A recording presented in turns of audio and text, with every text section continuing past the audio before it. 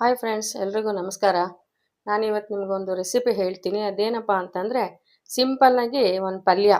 ಏನು ಪಲ್ಯ ಅಂತಂದರೆ ಒಂದೇ ಒಂದು ಕ್ಯಾರೆಟು ಮತ್ತು ಒಂದು 1/4 kg ಅಷ್ಟು ಬೀನ್ಸ್ ತೊಗೊಂಡಿದ್ದೀನಿ, ಹುರುಳಿಕಾಯಿ ತೊಗೊಂಡಿದ್ದೀನಿ. ಎರಡು ಮಿಕ್ಸ್ ಮಾಡಿಬಿಟ್ಟು ಪಲ್ಯ ಮಾಡೋದನ್ನು ನಾನು ನಿಮಗೆ ಇವತ್ತು ತೋರಿಸ್ತೀನಿ. ಇದು ಹೆಚ್ಕೊಂಡಿದ್ದೀನಿ ನೋಡಿ, ಸಣ್ಣಗೆ ಹೆಚ್ಕೊಂಡಿದ್ದೀನಿ. ಇದು ಸಣ್ಣಗೆ ಹೆಚ್ಕೊಂಡ್ರೆ ಬೇಗ ಬೇಯುತ್ತೆ. ಇದಕ್ಕೆ ಒಗ್ಗರಣೆಗೆ ಅಷ್ಟೇ ಬೇಕಾಗಿರೋದೇನಿಲ್ಲ. ಎಣ್ಣೆ, ಸಾಸಿವೆ, ಇಂಗು, ಒಂದೇ ಒಂದು ಒಣಮೆಣ್ಸಿನ್ಕಾಯಿ ಕಟ್ ಮಾಡಿ ಇಟ್ಕೊಂಡಿದ್ದೀನಿ. ನಿಮಗೆ ಬೇಕು ಅಂದರೆ ಹಸಿಮೆಣ್ಸಿನ್ಕಾಯಿ ಹಾಕ್ಕೋಬೋದು, ಇಲ್ಲ ಅಂತಂದರೆ ಒಣಮೆಣ್ಸಿನ್ಕಾಯಿನೇ ನಿಮಗೆ ಬೇಕಾದ್ರೆ ತೊಗೋಬೋದು. ಆಮೇಲೆ ಒಂದು ಸ್ವಲ್ಪ ಕೊಬ್ಬರಿ ತುರ್ಕೊಂಡಿದ್ದೀನಿ, ಚೂರು ಕಡಲೆಬೇಳೆ, ಉದ್ದಿನಬೇಳೆ, ಆಮೇಲೆ ಅರಿಶಿನ, ಸ್ವಲ್ಪ ಕರಿಬೇವಿನ ಸೊಪ್ಪು. ಇಷ್ಟೇ ಇದಕ್ಕೆ ಬೇಕಾಗಿರೋದು.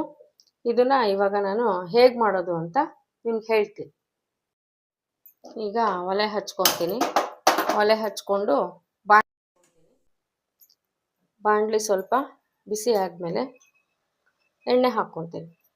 ಇದಕ್ಕೆ ಸ್ವಲ್ಪ ಎಣ್ಣೆ ಹಾಕ್ಕೊಂಡು ಒಗ್ಗರಣೆಗೆ ಸ್ವಲ್ಪ ಎಣ್ಣೆ ಚೆನ್ನಾಗಿ ಹಾಕ್ಕೊಂಡ್ರೆ ಇದು ಒಗ್ಗರಣೆನೇ ಚೆನ್ನಾಗಿ ಒಂದು ಸ್ವಲ್ಪ ಚೆನ್ನಾಗಿ ಬೇಯಿಸ್ಕೋಬೇಕು.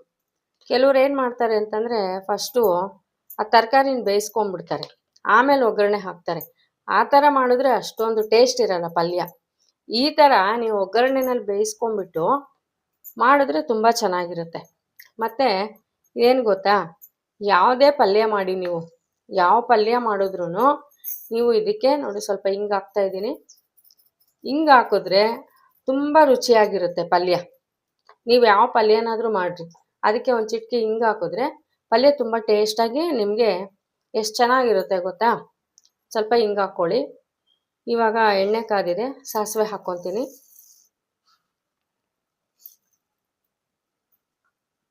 ಸಾಸಿವೆ ಆಗಲಿ. ಸಾಸಿವೆ ಆದಮೇಲೆ ಸಾಸಿವೆ ಆಗ್ತಾಯಿದೆ. ಈ ಪಲ್ಯ ನೀವು ಯಾವುದೇ ಪಲ್ಯ ಮಾಡ್ಕೊಳ್ಳಿ, ತಿಂಡಿಗೂ ಉಪಯೋಗಕ್ಕೆ ಬರುತ್ತೆ, ಊಟದ ಜೊತೆಗೂ ನಾವು ಈ ಪಲ್ಯನ ಮಾಡ್ಕೋಬೋದು. ಸೈಡ್ಗೆ ಊಟದ ಜೊತೆ ಒಂದು ಹುಳಿನೋ ಸಾರೋ ಏನೋ ಒಂದು ಮಾಡ್ಕೊಂಡಾಗ ಸೈಡ್ಗೆ ಒಂದು ಪಲ್ಯ ಮಾಡಿಕೊಂಡ್ರೆ ಊಟ ಸ್ವಲ್ಪ ನಾವು ಹೆಚ್ಚಾಗಿ ಮಾಡ್ಬೋದು, ಚೆನ್ನಾಗಿರುತ್ತೆ. ದಿನಕ್ಕೆ ಯಾವುದೋ ಒಂದು ಪಲ್ಯ ಮಾಡ್ಕೊಂಡು ತಿನ್ಬೋದು, ಚೆನ್ನಾಗಿರುತ್ತೆ. ಈಗ ಸಾಸಿವೆ ಆಗ್ತಾಯಿದೆ. ಈಗ ಸ್ವಲ್ಪ ಕಡಲೆಬೇಳೆ, ಉದ್ದಿನಬೇಳೆ ಹಾಕ್ತೀನಿ. ಸ್ವಲ್ಪ ಹಾಕ್ಕೊಂಡ್ರೆ ಸಾಕು. ಕಡಲೆಬೇಳೆ, ಉದ್ದಿನಬೇಳೆ ಆಯಿತು. ಈಗ ಉರಿ ಕಡಿಮೆ ಮಾಡಿಕೊಂಡ್ರೆ ನಿಮಗೆ ಕಡಲೆಬೇಳೆ, ಉದ್ದಿನಬೇಳೆ ಸೀದೋಗಲ್ಲ. ಉರಿ ಕಡಿಮೆ ಮಾಡ್ಕೋಬೇಕು. ಕಡಲೆಬೇಳೆ, ಉದ್ದಿನಬೇಳೆ ಹಾಕಿದ್ಮೇಲೆ ಉರಿ ಕಡಿಮೆ ಮಾಡ್ಕೊಬೇಕು. ಜೋರಿದ್ರೆ ಅದು ಬೇಗ ಸೀದೋಗ್ಬಿಡುತ್ತೆ. ಈಗ ಮೆಣಸಿನ್ಕಾಯಿ ಹಾಕ್ಕೊತೀನಿ. ಆಮೇಲೆ ಕರಿಬೇವಿನ ಸೊಪ್ಪು ಹಾಕ್ಕೊತೀನಿ.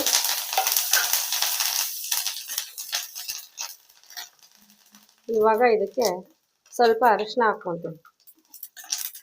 ಅರಿಶಿನ ಹಾಕ್ಕೊಂಡ್ರೆ ತರಕಾರಿ ಬೇಗ ಬೇಯುತ್ತೆ. ನೀವು ಯಾವ ತರಕಾರಿದಾದರೂ ನೀವು ಪಲ್ಯ ಮಾಡ್ಕೊಳ್ಳಿ, ಸ್ವಲ್ಪ ಅರಿಶಿನ ಹಾಕ್ಕೊಂಬಿಟ್ರೆ ತರಕಾರಿ ಬೇಗ ಬೆಂದೋಗುತ್ತೆ. ಎಲ್ಲ ಆಯಿತು. ಈಗ ಹೆಚ್ಚಿಟ್ಟಿರೋ ತರಕಾರಿ ಹಾಕ್ಕೊತೀನಿ.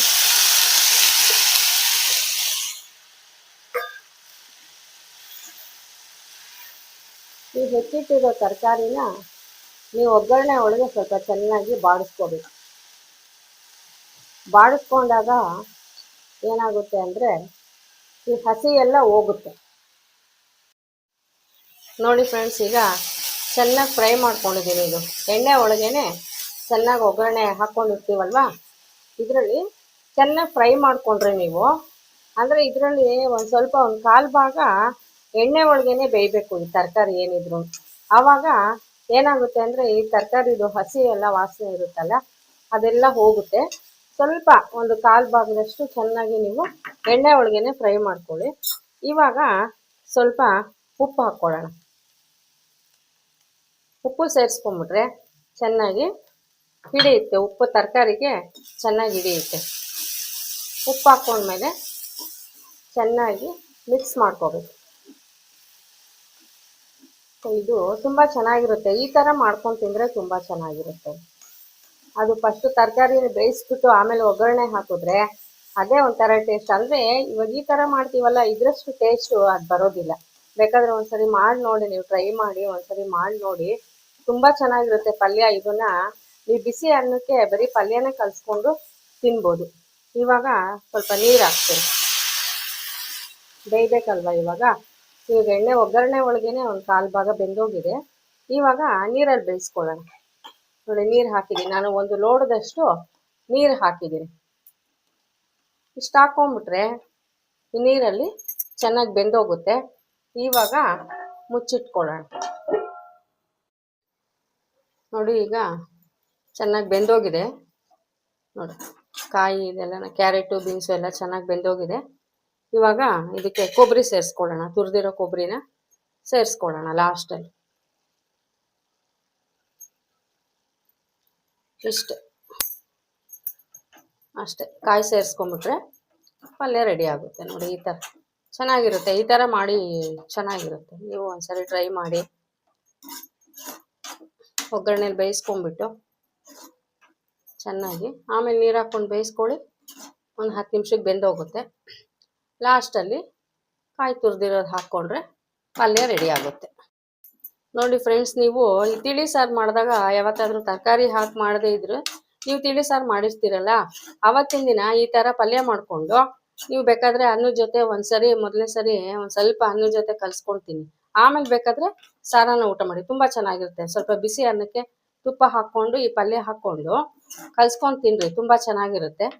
ತಿಳಿ ಸಾರು ಮಾಡಿದಾಗ ಈ ಥರ ಚಿಕ್ಕದಾಗಿ ಒಂದು ಸ್ವಲ್ಪ ಪಲ್ಯ ಮಾಡ್ಕೊಂಡ್ಬಿಟ್ರೆ ನಿಮಗೆ ಊಟದ ಜೊತೆ ರುಚಿಯಾಗಿರುತ್ತೆ, ಚೆನ್ನಾಗೂ ಇರುತ್ತೆ. ನೋಡಿ ಫ್ರೆಂಡ್ಸ್, ಈ ರೆಸಿಪಿ ಏನಾದರೂ ನಿಮ್ಗೆ ಇಷ್ಟ ಆಯಿತು ಅಂತಂದರೆ ಒಂದು ಲೈಕ್ ಮಾಡಿ, ಶೇರ್ ಮಾಡಿ, ಸಬ್ಸ್ಕ್ರೈಬ್ ಮಾಡಿ. Thank you.